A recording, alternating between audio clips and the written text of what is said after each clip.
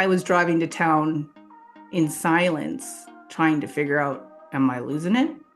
Do I have dementia? I used to be able to do these things and now I can't. And why aren't my systems and my strategies working anymore? Hi, everybody, and welcome back to the ADHD Eaves Drop, where you can be a butterfly on the wall and listen in on my conversations. And who am I? I'm Janine VanStee, an ADHD life coach who helps people manage their ADHD symptoms and live the best life that they can. Today, we have Cheryl Dics with us again, and we are going to run you through a really common topic. Although a lot of people don't always know that it is a topic until they hit it. That's the perimenopause and menopause period of our female lives. So sit back, get yourself a cup of coffee, and be a butterfly on the wall and listen in to our session about Cheryl's menopausal problems. Hi, Cheryl. Hi, Janine. I love that. My problems. I got a few. That's great. So what's going on with you?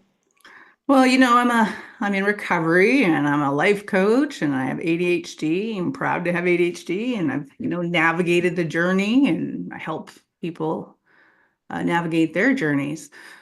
However, recently I've noticed a little bit of a shift and we talked about it briefly and we discovered the great phenomenon of perimenopausal, maybe just prior to menopause or coming into a different stage of life. It actually affects the ADHD symptoms. And I was actually shocked on how much it affected my ability to navigate the world. And you had a lot of great insights into why that is. So we thought we would just share it. Let's just talk a little bit about what happens in our body during perimenopause. First of all, our estrogen levels drop, which affects a lot of things in our brains, like our neurotransmitters, such as dopamine and serotonin. Those things drop. Well, we already have a deficit in dopamine, right? Because we have ADHD. So what are we going to do when our dopamine levels drop even lower? And that's what a lot of women are running into when they hit that perimenopausal state. Between the memory loss, the executive functioning with the dopamine, and the regulation of mood with the serotonin, it's a mess. And it's a mess for a lot of people who don't have ADHD, but people who do have ADHD, well, tell me what you're going through. Well, it was really funny, not funny, haha, but I was trying to leave the house and I know that my car keys are on the counter. And I said to my husband, and the conversation went something like this: Babe, I'm gonna go to town and grab the package. Can you just get my that thing? I needed it, that thing that's on the counter. So I can go. I have my purse. No, I have my water. That's not what it is. Oh, yes. Can you grab it? And as he's carrying my car keys towards me, and I said, yes, my car keys. Thank you. And I'm like, what was that? And then I started to realize that I was doing that quite often. Hmm. And I was like, something's going on with my brain. Like I can't find the word. And so we talked a bit briefly about that. And so what was your comments? So basically, when your estrogen levels drop, so does your dopamine. Dopamine, which is the feel-good stuff. The dopamine being lower, that also affects all your executive functioning, which includes short-term memory. And so those things are all in there going down. And so as those things are dropping in your body, your brain starts to get a little muddled. Yeah, Is it? and it's interesting because I am on a stimulant. I take dextroamphetamine. Big fan, and I will never apologize for that. So, and it's interesting because within a month, as you all know, I have a committee meeting, and in my doctor's opinion on my committee meeting, it came up that I needed to look at my meds.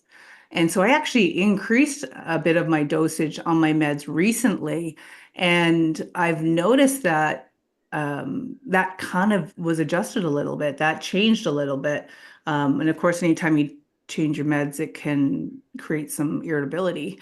So that was going on. And then I started to notice that my sex drive kind of dropped away a little bit. And, I wasn't as an active participant as I once was. So I was like, that's really interesting. And, on a privacy note, I had surgery many years ago and, I do not have that ability to have children. So I have children. So I just sort of ended that part of my life. So I don't get that luxury of knowing, am I perimenopausal? I kind of had to like figure it out on my own because I don't have a cycle to sort of navigate if that's what's happening. And then I noticed that I needed more clothes when I went to bed.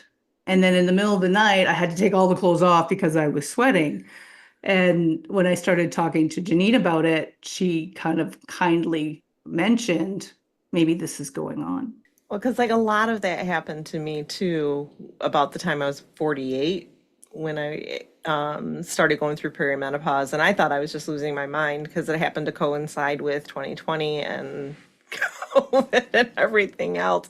And I was saying things like California instead of Christmas, and so I had all kinds of those fun things going on, and so that kind of leads us to where a lot of women find out that they have ADHD at this point in their lives. But the argument is always, well, all women struggle with this, right? Everybody goes through menopause, everybody struggles with it. But if you take the fact that we were already struggling like we were in menopause our whole lives, Mhm. and now take it down a little level lower, and then you're like, okay, so we've got that on top of what we were already dealing with before, which just exacerbates everything. Yeah, for sure. And the other thing is, I find my squirrel radar system is on high alert. I am very attracted to shiny things. So I am doing little things here, little things there, but completing very few of them. And I Christmas is coming, and I did a Christmas craft, and I was shocked I completed it. I was like, from idea to start to finish, I completed it, and it gave me great joy. And I like to share that story because I was like, so I still can. I not just about, oh, shiny thing, I'll do this and have like I'm not gonna lie, I'm renovating my basement right now, and I can see over in my room over there, I have a bottle of drywall mud, and I'm like, it doesn't belong there. Why is it even there? And I'm like, who put that there? And I'm like, I did, right? And half paint, half drywall, half this and half that. So things are kind of half done. And and I've lost interest. So therefore, I did a Christmas craft. So being aware, and I think, someone who does, ADHD life coaching or supports people with a big change in life was to just really be with my life wheel and just sort of ask some basic questions, Um, one, mental, emotional, physical, and spiritual is my first check-in. How am I mentally? And it's like, red flag, red flag. you know Burp, burp, yeah, burp. the system's on alert, right? But physically, I'm very happy physically where I'm at, and I'm strong, and I'm eating well, and I'm fit, and I feel really good about that. My spiritual wellness is kind of like, hey, I've been nudging you, and I've been bumping you, and I've been giving you warning signals that we need to look at some stuff, and you're ignoring me. And my emotional life, like when I couldn't find my keys, there I was driving to town in silence, trying to figure out, am I losing it? Do I have dementia?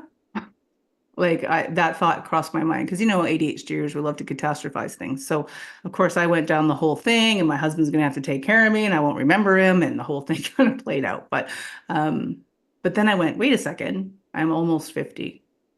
They said this could happen. I wonder. So then I pulled out my life wheel, which I'm sure Janine will have one to post in the chat about just everything from relationships to your money situation to, friendships and arts and crafts. Like, are you balanced? Are you looking kind of at everything? And then doing the research and diving into a little bit of the perimenopausal or even menopausal expectations of what just that's coming. just as we became young women, we had to learn about the menstrual cycle, and now we have to learn about when that cycle ends. And, there's a lot of us don't have that female to sit us down and say everything's going to be okay. It is. I will tell you, at least from personal experience, once I actually went through the perimenopause, which I felt was so bad. It's so much worse than like menopause. I don't know. It's almost like you get on a rocking boat, right? In perimenopause, and the waves have got you going, and you're all squirrely all over the place. And then by the time you get to menopause, you've kind of got your footing, right? The water hasn't stopped rolling. It may be rolling a less, but you've got your footing again. And you're able to get your footing after that huge, tumultuous period of time in your life where you're like, I'm losing my ever loving mind. I love that. I'm losing my mind. And I found that like I like to volunteer in the community. I found that I'm a bit wanting to withdraw a little bit and isolate because I don't know who's going to show up. Like, am I going to forget people's names? Am I going to, get a hot flash in front of them? Or, am I not going to be able to tell my really funny stories that I like to share with people in public? So, um, yeah, it's a bit left me a little bit out of balance. So, how do you get the balance back? Well, I think talking to someone who knows about perimenopause and how it affects my dopamine and understanding that my dopamine needed to be increased, and instinctually, I guess I did that. But every time you change medication, there's an adjustment period. So doing that, I do tell people like get on TikTok. Seriously, some of it's crap, but there's some pretty funny things on there that make it okay. Like Mm-hmm. putting your, milk in the cupboard and your keys in the fridge. That's kind of how it is, and then when you can't find your keys, you're looking everywhere and you can't figure out who put the milk in the cupboard. So things like that I found was reassuring that everything was okay. And there's a really good book out there. I think it's called ADHD and Still Distracted, I think it's called. And I read it. It was one of my books I read when I first got diagnosed, and it was sort of post-retirement. So I'm retired now, so no job, and now I have perimenopause. It's like I don't have any structure, and I'm trying to be there for my clients and work, and be very present for them and going, what is going on? What if I forget something that's really important during a session or I miss something because I'm, a little bit confused about what's sort of happening. So having, mentors and guides like yourself, or, you're talking to my doctor about it, and just doing your own, ADHD deep dive. Sometimes it's a good thing.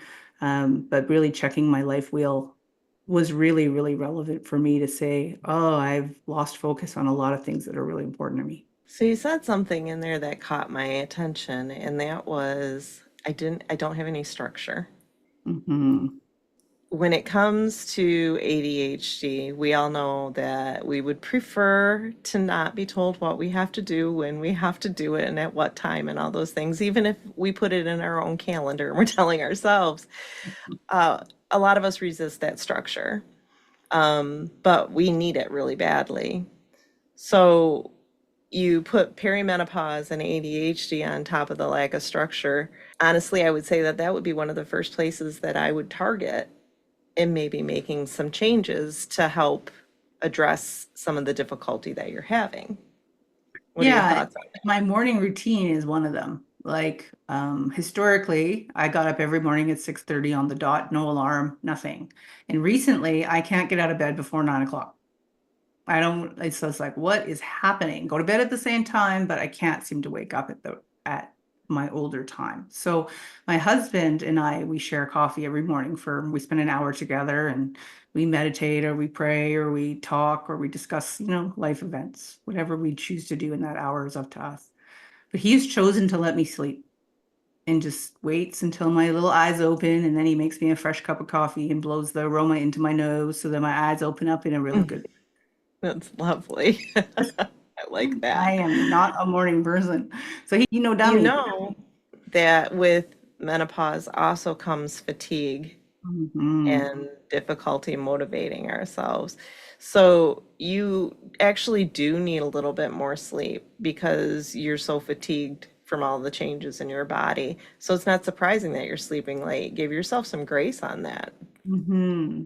And me and you, as a great example of giving that grace, I said I was showing up late for our sessions and our time together, and it's so funny. We said we manifested it because we do a session about setting healthy boundaries, which talks about being late. And I was like, we've manifested this. I'm always late. So Janine, out of her grace, she switched our meetings to later in the day so that I can feel rested and feel ready and have my brain sort of switched on versus first thing in the morning because of this sort of adjustment period that needs to kind of take place. So yeah, I think it's just allowing the change. Don't think you know what's going to happen. It's going to be different for each and every one of us, and just allow it to be and say, hey, I could do something different today, and just be honest. And like I said, my husband's letting me sleep in longer. He makes sure he does really good care with me in the morning.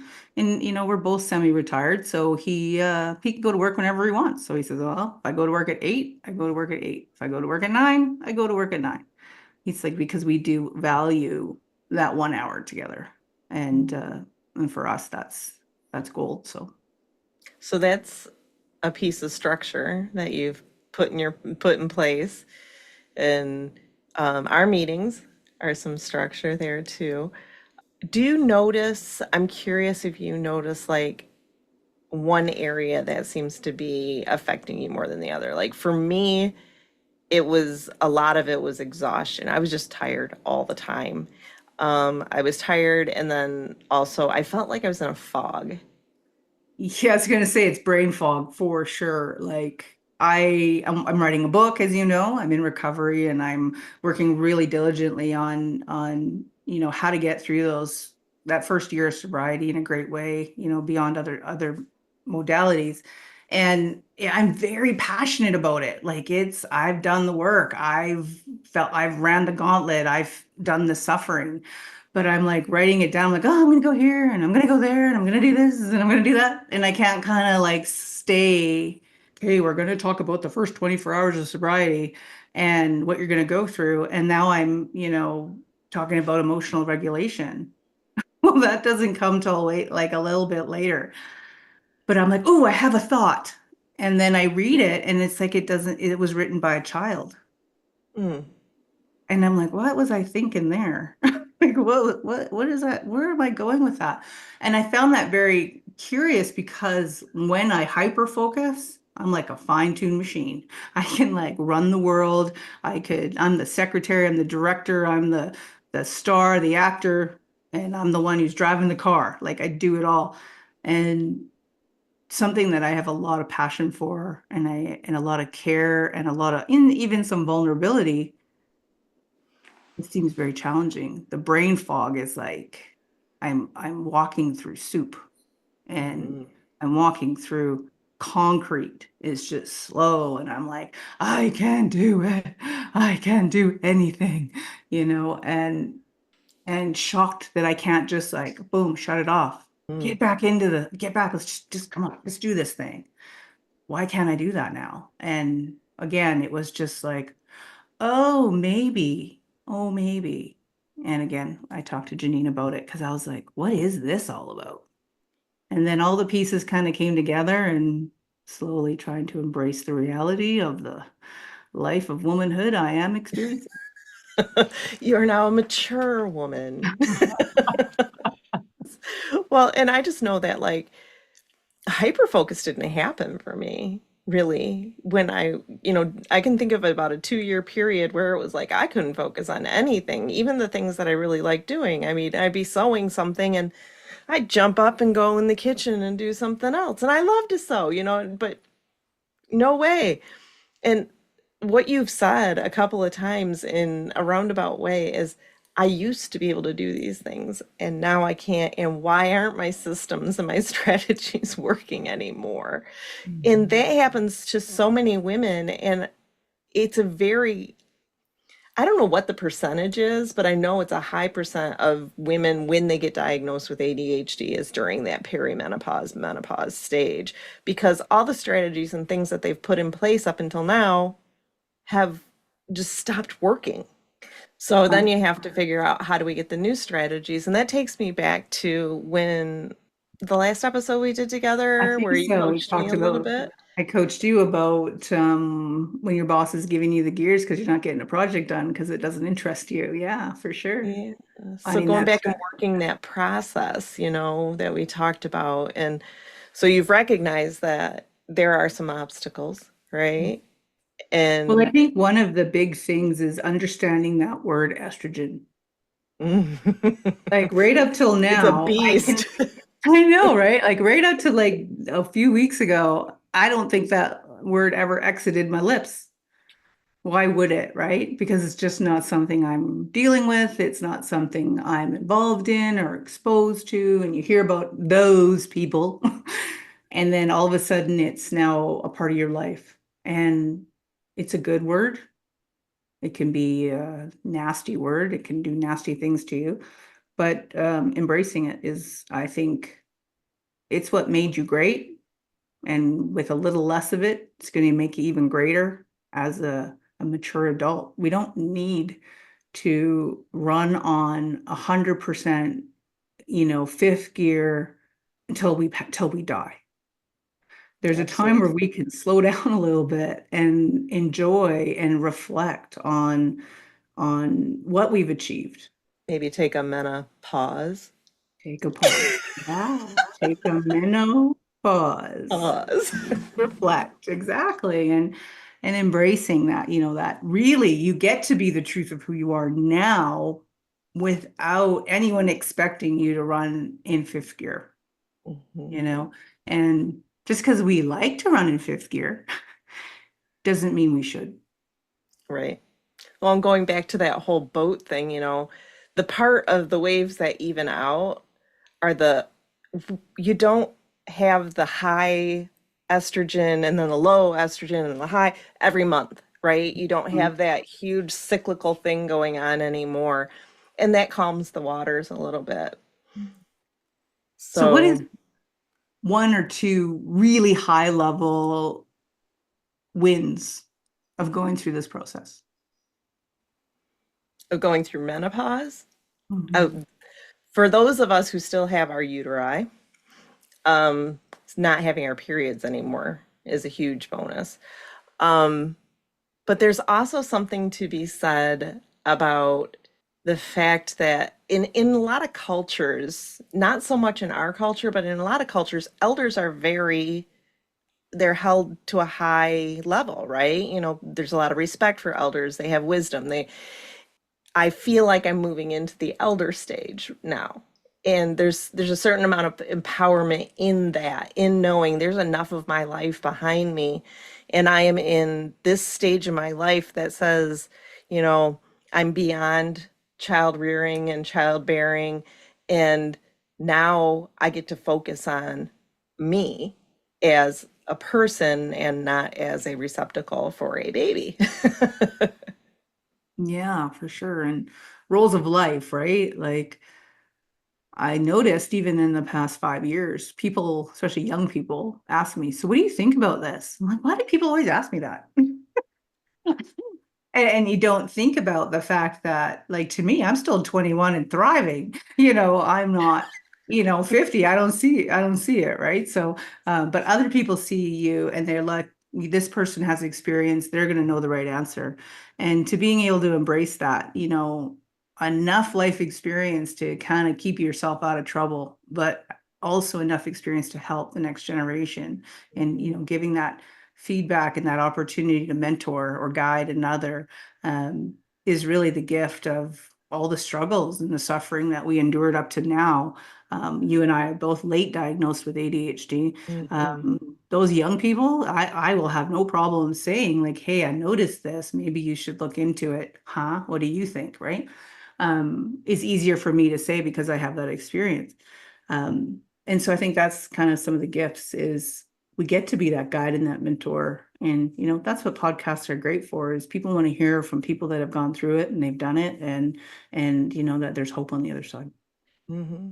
I think a big part too was if I think you have demonstrated through what you've said today, and I know that for myself, a big part of getting through this period of our lives is accepting the fact that it's going to happen, whether we want it to or not. And some people have no executive function problems. Some people have tons of executive problems, but embracing the change and the idea that, your body's matured to this point and you're moving into a new phase of life. And I think that was part of why, and you can't see it because we're on audio, but why I went gray. I dyed my hair for, 25 years, 30 years, and covered my gray. And I decided to embrace my mature woman. Hmm. You made So, me emotional. Yeah, because society tells us, like, oh, you have to be this, this, and this. And then there's this moment of empowerment that says, I now get to decide. mhm. It's pretty cool. It's all part of the process. And, if we go deeper even with it and we talk about, we don't know what happens after we die, right? But we all have some ideas of what we think might happen. So it's a little bit scary because you've reached this point in your life where death is not a far off concept. It's not like it's starting to get to our time horizon. It's not there yet, but it's making its way there. And being able to just embrace all of that, because the life that's left, the life, even if you have one day left, you've still got the whole accumulation of your life in the past that you carry with you.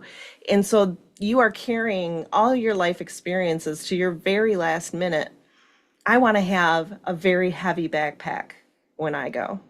Mhm. Good stuff. Some of us are have very heavy backpacks of not so good, not such good stuff.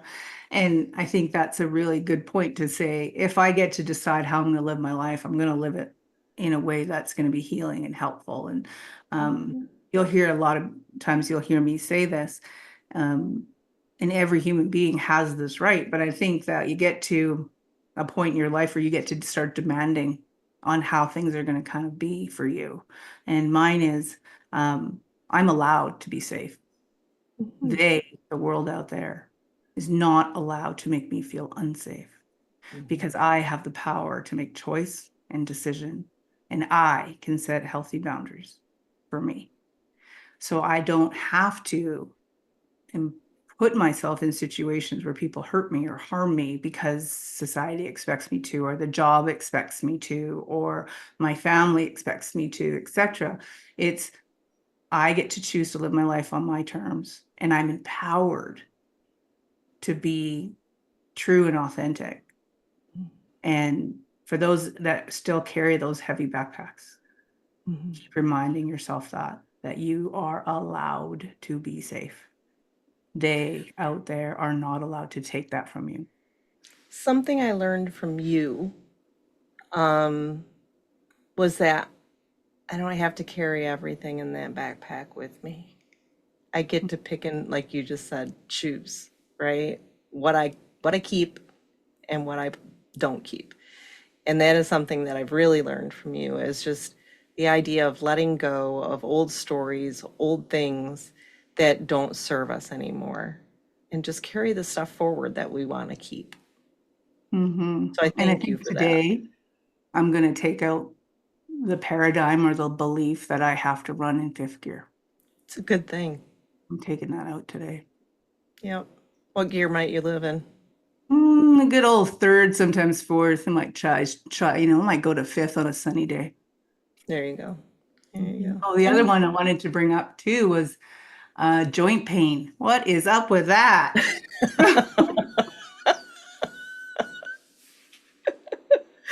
you feel old, don't you? It's like yesterday I was 25 and now my body hurts everywhere. I hurt something because I dropped my phone. Well, Oh. true that, like, even going through menopause, like your ligaments and your muscles and all of that stuff, that structure changes and weakens, and it is easier to hurt ourselves. And we already have ADHD and we trip on our own feet anyway. And now it's like if I fall, I'm gonna hurt myself. Something. I know I was doing yoga and it's some stretches that are my favorite.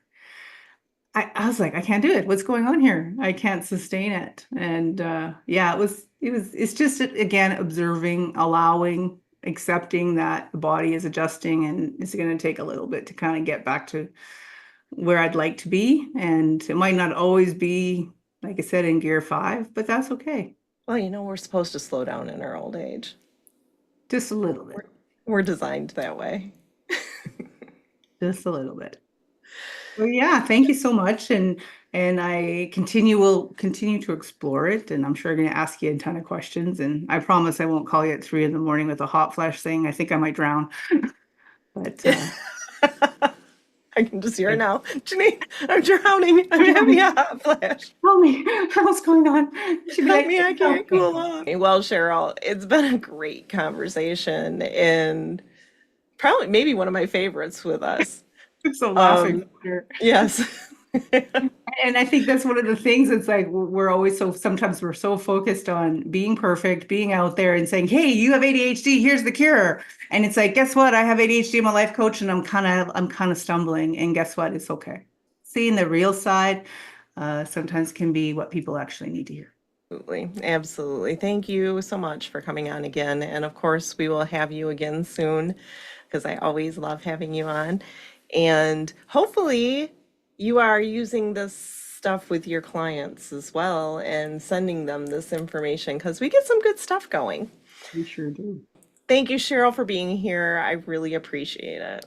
And I'm so grateful to be a part of the Mature Ladies Club. The Mature Ladies Club. I like that. We should start doing that. Like we'll just when we're doing a podcast, we'll say it's the Mature Ladies. Welcome to the Mature Ladies Club. There you go. Hey, Well, if our butterflies on the wall liked our conversation and enjoyed what they heard, always reminding them to subscribe and like and all that good stuff. And we'll see you next time. peace.